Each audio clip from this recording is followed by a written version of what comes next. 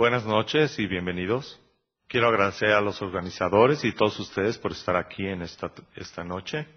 Y vamos a hablar sobre la muerte, el estado intermedio y el renacimiento desde la perspectiva budista. Y no voy a hablar sobre mi propia experiencia sobre estos tópicos. Y estos tópicos son profundos y muchas veces son difíciles de comunicar. Como seres humanos o como seres en general, cuando hablamos de la muerte, estamos hablando de un proceso natural, de un proceso que le pasa a todo mundo. Y desde una perspectiva podemos decir que todo aquello que nace definitivamente se va a encontrar con la muerte. Y cuando el momento llega, se conjuntan una serie de signos o de señales que avisan el proceso de separación. Y cuando hablamos también de la realidad y observamos el medio ambiente, observamos lo que nos rodea, podemos decir que cualquier cosa que nazca y vaya creciendo, eventualmente es solamente cuestión de tiempo que perezca. Como un árbol solamente tomará tiempo en el momento que también vaya a perecer. Y todo esto está en la naturaleza tanto de los seres humanos como de los que no son seres humanos, como de la realidad en general. Esa es parte del proceso natural. Y bueno, ahora podemos empezar a hablar sobre el bardo. La palabra bardo tiene diferentes acepciones y quiere decir el estado intermedio. Y en realidad existen varios tipos de estados intermedios o varios tipos de estados en transición. Si podemos empezar en algún punto, podemos empezar, por ejemplo, por decir que cuando estamos en el proceso del renacimiento, estamos en el estado intermedio del renacimiento, un estado de cambio. Este estado se llama el Chiwa Bardo, que es el bardo del estado intermedio. Es el proceso o el estado de transición del estado intermedio que tiene que ver con el renacimiento. Y, por ejemplo, si podemos considerar el bardo que estamos empezando a hablar, el bardo del renacimiento o del estado o del proceso del renacer, después está el bardo que tiene que ver con la vida y después está el bardo que tiene que ver con la muerte. El bardo del renacimiento y el bardo de la muerte, en este intervalo está lo que se llama el bardo de la vida. Y en realidad, como seres humanos, todo el tiempo estamos experimentando un estado intermedio. Estamos en un proceso de cambio, en un proceso que nos está llevando, es como un intervalo de tiempo en el que nosotros estamos inmersos. Todos los seres humanos experimentamos diferentes tipos de experiencias, estamos tristes, estamos alegres, un día nos va bien, otro día nos va mal, un día soñamos cosas lindas, otro día no soñamos cosas lindas. Todo el tiempo estamos inmersos en un tipo de estado intermedio o en un estado de transición. Y desde la perspectiva budista, en el caso del budismo tibetano, se le llama a este estado de transición, con las palabras, el estado intermedio entre el renacimiento y la muerte, que es el bardo de la vida, que es el más importante, y se le llama Chinchi Bardo. Es el bardo porque es el bardo en donde estamos experimentando todo lo que tenemos, toda la experiencia. Y después está el bardo de la muerte, que es este bardo comienza cuando nos topamos con las condiciones que nos van a llevar a morir. Ese es el estado intermedio del bardo de la muerte, o por decirlo sin el nombre bardo, el estado intermedio de la muerte. Para una persona que está en sus 70s, 80s años o 90s, está muy cercano podemos decir que está muy cercano a la experiencia de la muerte, y podemos decir que por esa edad, de manera natural, si llegamos, entramos en el proceso del bardo de la muerte. Y lo que sucede es que tenemos que tomar en cuenta que el Chinchi Bardo o el bardo o el estado intermedio al que le llamamos vida, que es un estado de transición, es el estado más importante en el que estamos. Todas las experiencias que nosotros tenemos o que experimentamos, con lo que trabajamos y nuestras tendencias que tenemos en el estado intermedio de la vida, En el momento que entremos en el estado intermedio del proceso de la muerte, estas experiencias o estas tendencias se van a magnificar o van a ser mucho más claras, por decirlo de una manera, en el estado intermedio de la muerte. Y todo va a estar realmente condicionado en dependencia de la persona individual, de cada una de las personas, debido a su sistema de creencias, debido a su punto de vista con respecto al mundo y esa experiencia que va a surgir en el momento de la muerte está completamente condicionada por el estado intermedio del bardo de la vida. Y el maestro Guru Padmasambhava, el gran adepto indio, explica, o es de los más famosos o de los más socorridos o los que más explican el proceso del estado intermedio del proceso de la muerte. Cuáles son los signos y experiencias que uno tiene cuando entra en ese proceso. Y cada uno ya sea nuestra experiencia, el cuerpo y la mente, y cada una de nuestra propia experiencia está condicionada por los 5 elementos. Y la manera en que sobrevivimos es en la cual nosotros estamos conformados por estos 5 elementos e interactuamos con los 5 elementos del ambiente, y este componente o este binomio de cuerpo y mente está conformado de estos 5 elementos, y de manera interdependiente convivimos o vivimos con los elementos que están en el medio ambiente. Y lo que sucede en el proceso de la muerte, cuando comienza el proceso de la muerte, es que los 5 elementos o los elementos de los que estamos hechos empiezan a debilitarse. Y en el momento que empiezan a debilitarse, cierto tipo de experiencias empiezan a surgir, y eso es un signo inequívoco que el proceso de la muerte ha comenzado. Y cuando el proceso de la muerte está tomando cada vez más fuerza, lo que sucede es que los centros o los chakras o los centros de resonancia energética en los que todos tenemos, por ejemplo, que está el chakra de la coronilla, está el chakra de la garganta, el del corazón, el del ombligo, el del lugar secreto, todos estos empiezan a perder esa resonancia, empiezan a perder fuerza, y en esa pérdida de fuerza y que ya no pueden funcionar, ya no hay esa resonancia, entonces lo que empezamos a experimentar va a ser diferentes tipos de emociones que para cada persona va a ser diferente. Unos pueden empezar a experimentar como más felicidad, otros miedo, otros pueden ser enojo, diferentes, y eso va a depender de cada una de las personas. Y de hecho, en el estado intermedio de la vida, generalmente nuestros elementos, los 5 diferentes elementos que nos conforman, están en equilibrio. Y cuando empiezan a estar en desequilibrio es cuando empezamos a tener cierto tipo de sufrimiento y de dolor. Y lo que sucede en el proceso de la muerte es que esos elementos empiezan a estar en desequilibrio, empiezan a perder fuerza. Entonces la experiencia de sufrimiento y de dolor empieza a surgir.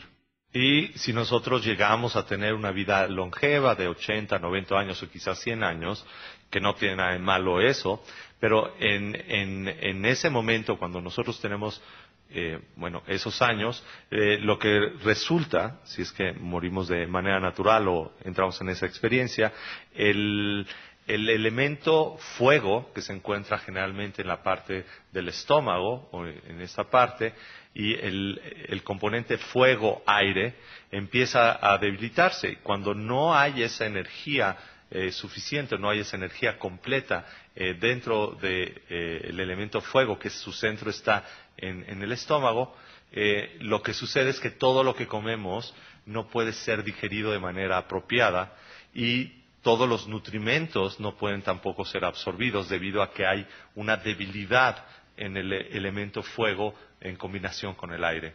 Y cuando el elemento viento, que está asociado a la vitalidad, que tiene que ver con la respiración, cuando ese elemento empieza a decrecer, la experiencia empieza a ser como un poco confusa, porque todas las emociones empiezan a ser como confusas, también empieza a haber como un tipo de oscuridad. Y a lo que se refiere con esta oscuridad es que no está completamente como consciente, es como si cierto tipo de oscuridad o nebulosidad empieza como a hacerse presente en esa persona. Es muy difícil que pueda reconocer claramente a las personas, acordarse de cosas. Y bueno, existe el viento que tiene que ver con la parte secreta que está en el chakra secreto, en el chakra sexual. Lo que sucede cuando la energía de este chakra está decreciendo, resulta que cualquier cosa que se coman, uno no es digerido, pero de otra manera tampoco puede ser retenido la energía que pueda traer. Entonces también lo que sucede es que cualquier cosa que entra de manera muy fácil sale, o sea, no tiene la capacidad de retener. Yo creo que cualquier persona que esté trabajando en un hospital o que esté trabajando con pacientes en este proceso puede realmente identificar muchos de los signos que estamos platicando. Y cuando el viento que está como dando energía a la parte superior, que quiere decir a la parte del chakra de la garganta, cuando pierde el poder, otro signo de que la persona entró en el estado de transición de la muerte es que no puede hablar, no puede deglutir, le es muy difícil. Cuando va a hablar, si habla, le toma mucha energía y le toma mucho tiempo para poder hablar. Y lo que sucede también es que la respiración son cortas y cuando el viento que es el que permea todo, el viento que lo permea todo, que está relacionado con el chakra de la coronilla, las personas no pueden moverse muy bien, necesitan ayuda para poderse mover, no tienen la energía para moverse. Y lo que sucede cuando estos chakras, más bien cuando la energía en los chakras no empieza ya a fluir de manera apropiada, se dice que entonces los elementos de los que estamos conformados nosotros, que quiere decir el elemento tierra, el elemento agua, el elemento fuego, el elemento aire y el elemento espacio, podemos decir 4 elementos o 5 elementos si incluimos el espacio.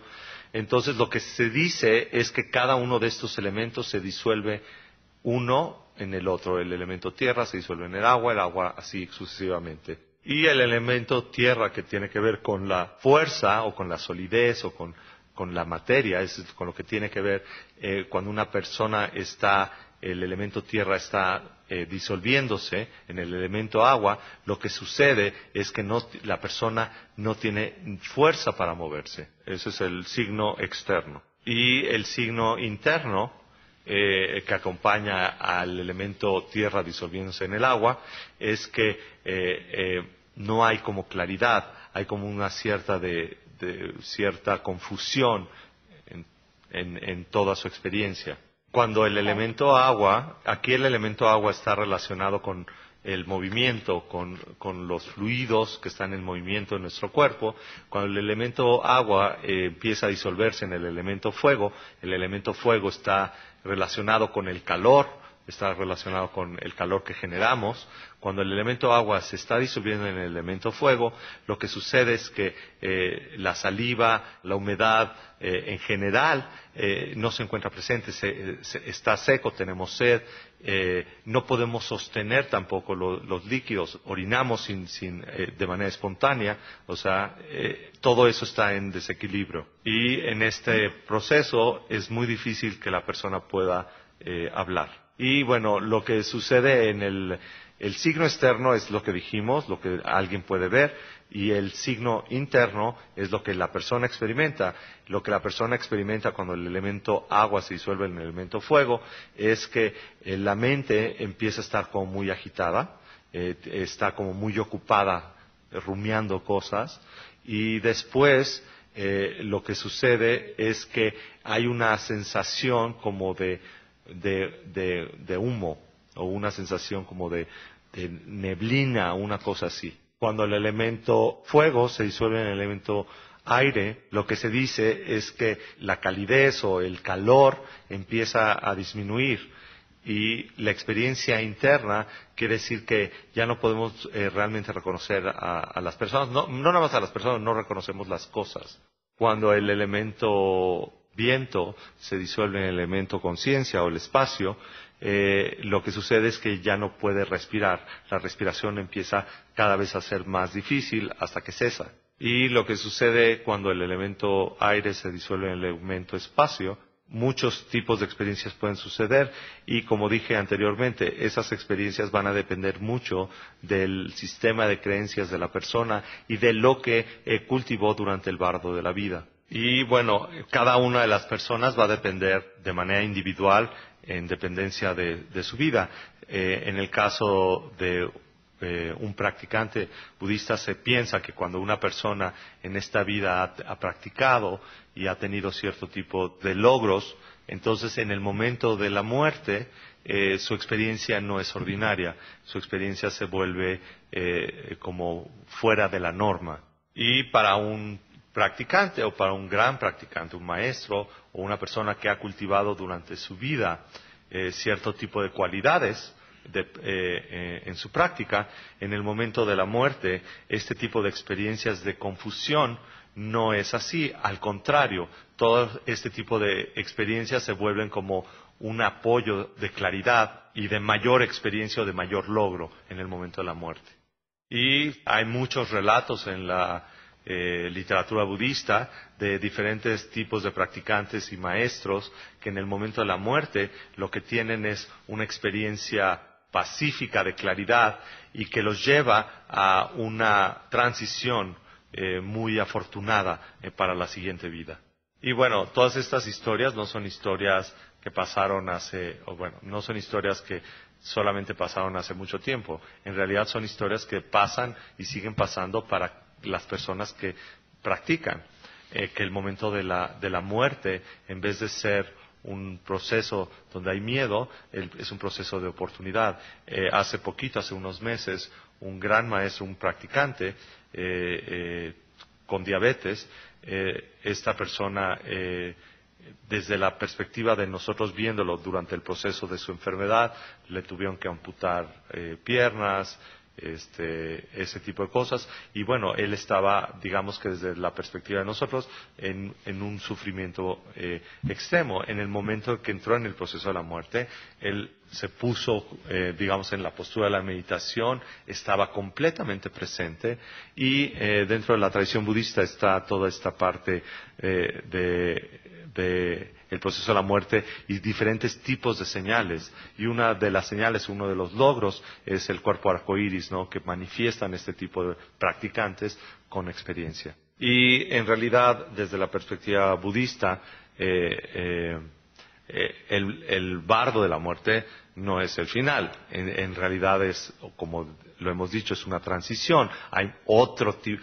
Continúa las experiencias para el continuo mental de la persona. Y vamos a experimentar en la siguiente vida o en el continuo de los bardos, vamos a experimentar en dependencia de cómo nosotros hayamos vivido esta vida. Nuestro renacimiento va a ser afortunado o desafortunado en dependencia de cómo hayamos utilizado esta vida. Tenemos que decir que esta vida depende del karma. O sea, ¿qué quiere decir karma? Nuestras acciones. Y si nuestras acciones son negativas, si nuestras acciones son de dar sufrimiento, etcétera, etcétera, bueno, lo que podemos esperar es que el resultado de nuestras acciones va a ser un resultado de sufrimiento y no agradable. Y bueno, cuando decimos que en realidad existe un interminable número de ciclos de renacimiento o de reencarnación, lo que estamos diciendo es que no necesariamente nosotros vamos a renacer como seres humanos. Podemos renacer en cualquiera de los tipos de los diferentes reinos. Podemos renacer en el reino de los animales, o los animales eventualmente pueden renacer eventualmente en algún momento en el reino de los humanos. Eso depende de qué, del karma, de las acciones. Y desde la perspectiva budista, ¿cómo podemos decir que realmente existe este ciclo de renacimientos una y otra vez?